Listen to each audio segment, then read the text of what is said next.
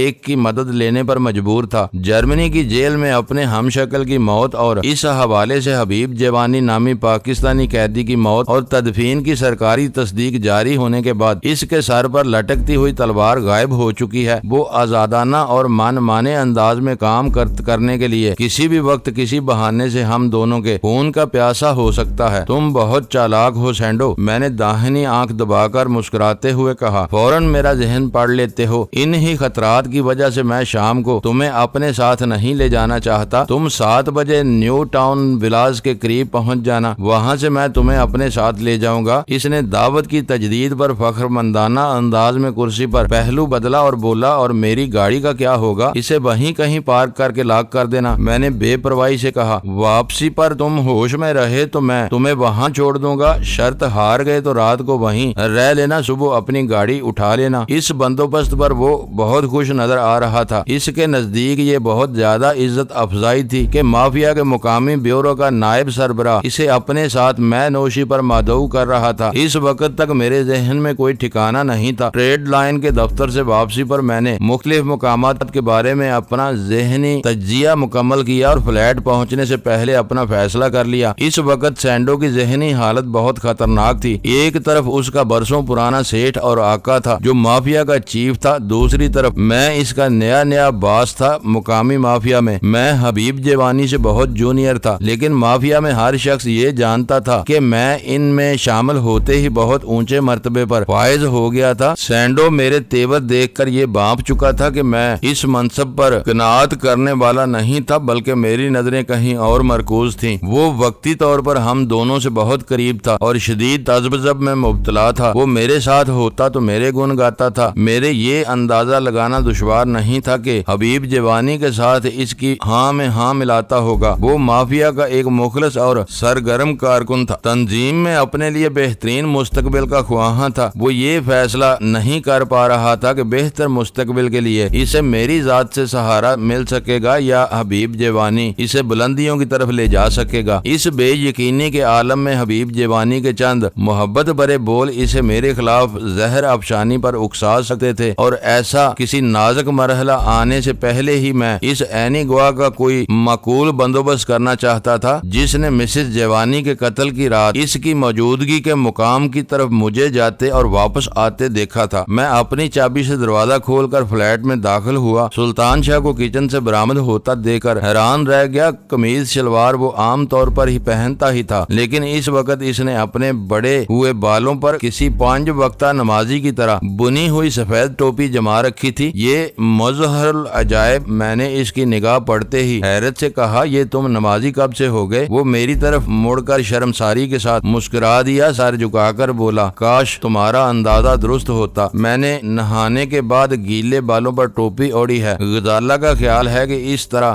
بال آسانی کے ساتھ سیٹ ہو جاتے ہیں۔ ہم دونوں کی آوازیں سن کر غزالہ بھی اپنے کمرے سے نکل آئی اور آنکھیں نکال کر بولی، مجھے تو بعد میں پتا چلا کہ تم لائن کی طرف گئے ہو۔ جب اتنے دنوں سے تم انہیں اور وہ تم بھولے ہوئے تھے تو اب اس سوتی ہوئی ڈار کو جگانے کی کیا ضرورت تھی؟ چور چوری سے جاتا ہے، ہیرا پھیری سے نہیں جاتا۔ سلطان شاہ اپنے دیدے نچاتے ہوئے بولا، ڈینی کو جب تک شی یا مافیا والوں کی صورت نظر نہ آئے اس کا کھانا ہضم نہیں ہوتا۔ غزالہ کی آنکھوں میں شکایتیں امڑ آئیں اور اس نے کسلمندانہ لہجے میں کہا، تم کیوں ان بکھیڑوں کی طرف جاتے ہو؟ وہ تم سے رجوع کرتے تو انہیں دیکھ لیا جاتا۔ میں کچھ کہے بغیر ڈرائنگ روم کے ایک نرم اور بڑے صوفے میں دھنس گیا۔ بعض لوگوں کو سکھ کی چادر چھوڑ کر دکھ دینے والی دھوپ سے زیادہ مزہ آتا ہے۔ ابے چپ بنتے ذوق، میں نے سلطان شاہ کو جھاڑ دیا، بہت بے رحم ہو جاتے ہو۔ تمہیں اندازہ ہے کہ ایسی باتوں کو اپنے دل پر لے لیتی ہے؟ ایسی باتیں کرنے کا موقع تم خود فراہم کرتے ہو۔ وہ میرے سامنے بیٹھتے ہوئے بولا۔ اس کی بات پوری ہوتے ہی غزالہ بول پڑی، یہ مذاق نہیں، یہ سکھ کی چادر دکھ کا پاؤڈر بظاہر پیروڈی محسوس ہوتی ہے، لیکن اس میں بھی گہرائی ہے۔ ہر بات میں گہرائی ان لوگوں کے لیے ہوتی ہے جو اس میں اترنا جانتے ہیں۔ تم نے خدا کر کے شی سے نجات حاصل کی ہے تو اب مافیا تمہارے ذہن پر سوار ہے۔ آخر وہ دن کب آئے گا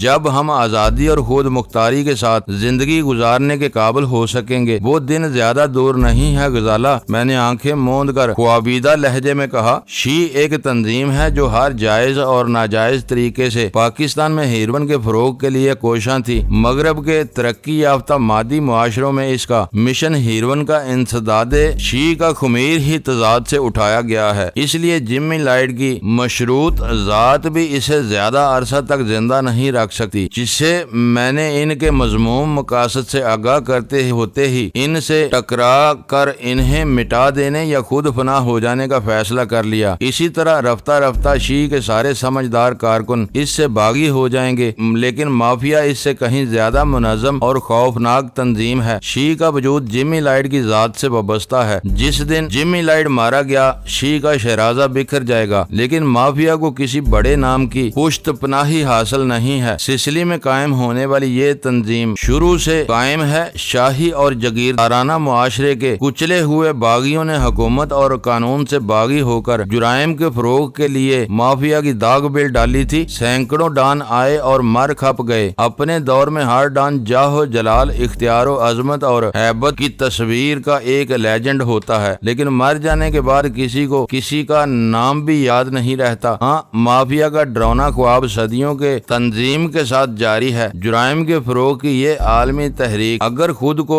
بچائے رکھنا اتنا آسان نہیں ہے۔ تم بول رہے ہو کہ خوش قسمتی سے اس وقت مقدر بھی تمہاری یاوری کر رہا ہے۔ اول خان تمہارا جگری دوست بن چکا ہے اور اس کی اسپیشل ٹاسک فورس مجرموں کو خس و خاشاک کی طرح روند ڈالنے کی قوت رکھتی ہے۔ غزالہ نے میری بات کاٹ کر پہلو بدلتے ہوئے کہا۔ میں اسی طرف آ رہا تھا، میں نے اس کی آنکھوں میں دیکھتے ہوئے کہا۔ شی میں ہر بہروب کے پیچھے صرف ایک چہرہ ہے جو جمی لائٹ کا ہے، لیکن مافیا خود ایک نام ہے جس کے پیچھے ہزاروں خوفناک اور دہشت گرد چہروں کی ایک پوری فوج صف آ رہا ہے۔ ہم مافیا کے مقامی بیورو کے تمام اراکین کو نیست و نابود کر کے بھی اس آسیب سے چھٹکارا حاصل نہیں کر سکتے۔ یہ لوگ مر گئے تو مدر مافیا حرکت میں آ جائے گی۔ یہ نہ بھولو کہ ان لوگوں کے وسائل بے پناہ ہیں۔ دنیا کے کئی ممالک میں اپنے اثر و رسوخ اور دولت کے بل پر مافیا کے عہدے دار اسمبلیوں اور حکومتوں پر قابض ہو چکے ہیں۔ جو لوگ پورے ملکوں کو اپنے مقاصد کے حصول کے لیے یرغمال بنا سکتے ہیں، ان کے لیے اپنے ایک آدھ ضدی مخالف کو ڈھونڈ کر ٹھکانے لگانا ذرا بھی دشوار نہیں ہوگا۔ اگر مافیا اسی قدر ناقابل شکست ہے تو ابھی تم آنے والے کس دن کی بات کر رہے تھے؟ اس بار سلطان شاہ نے اضطراری انداز میں میری بات کاٹ دی۔ میں نے اپنی جگہ چھوڑ کر مختصر سے ڈرائنگ روم میں ٹہلنا شروع کر دیا۔ حقیقت یہ ہے کہ میں نے کسی سوچے سمجھے اور آزادانہ فیصلے کے تحت مافیا میں شمولیت نہیں کی تھی۔ اس وقت میرے سامنے کوئی انتخاب ہی باقی نہیں رہا تھا۔ شی والوں سے مجھے بچائے رکھنے کے لیے مافیا خود بخود میری مدد کو آئی تھی، اور پھر جب مجھے پر اسرار انداز میں ڈان 3 کا سامنا کرنا پڑا تو پتا چلا کہ زندہ رہنے کے لیے میری مافیا میں شمولیت ناگزیر ہو چکی تھی۔ ان کے اندر کے چند رازوں سے واقف ہونے کے بعد میں ان میں شامل ہونے سے انکار کرتا تو اسی لمحے میرے شانوں کو گردن کے بوجھ سے ابدی آزادی دے دی جاتی، جس کے لیے میں آمادہ نہیں تھا۔ مجبوری کے ان لمحات میں بھی میرا مصمم ارادہ تھا کہ پہلا موقع میسر آتے ہی مافیا سے نجات حاصل کر لوں گا۔ شی کی طرح مافیا کو بھی میں نے بھاری نقصانات پہنچائے تھے، لیکن اس سے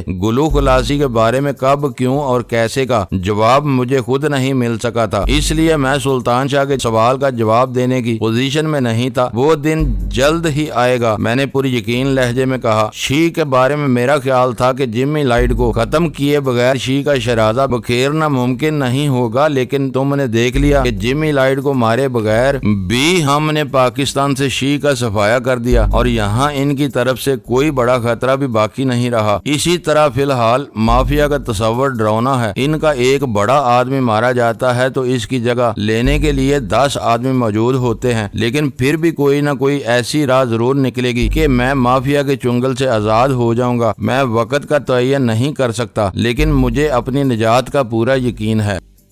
معزز ناظرین، لائک کریں، شیئر کریں اور کمنٹس باکس میں پاک آرمی زندہ باد، پاکستان پائندہ باد کا نعرہ ضرور درج کر کے اپنے ملک پر فخر کریں اور پاکستان کی بنیادیں مضبوط کرنے میں اپنا کردار ادا کریں۔ ویڈیو دیکھنے کا شکریہ۔ معزز ناظرین، اپنا خیال رکھیے گا اور ہمارے چینل کا بھی۔ ISI پاک آرمی زندہ باد، پاکستان پائندہ باد۔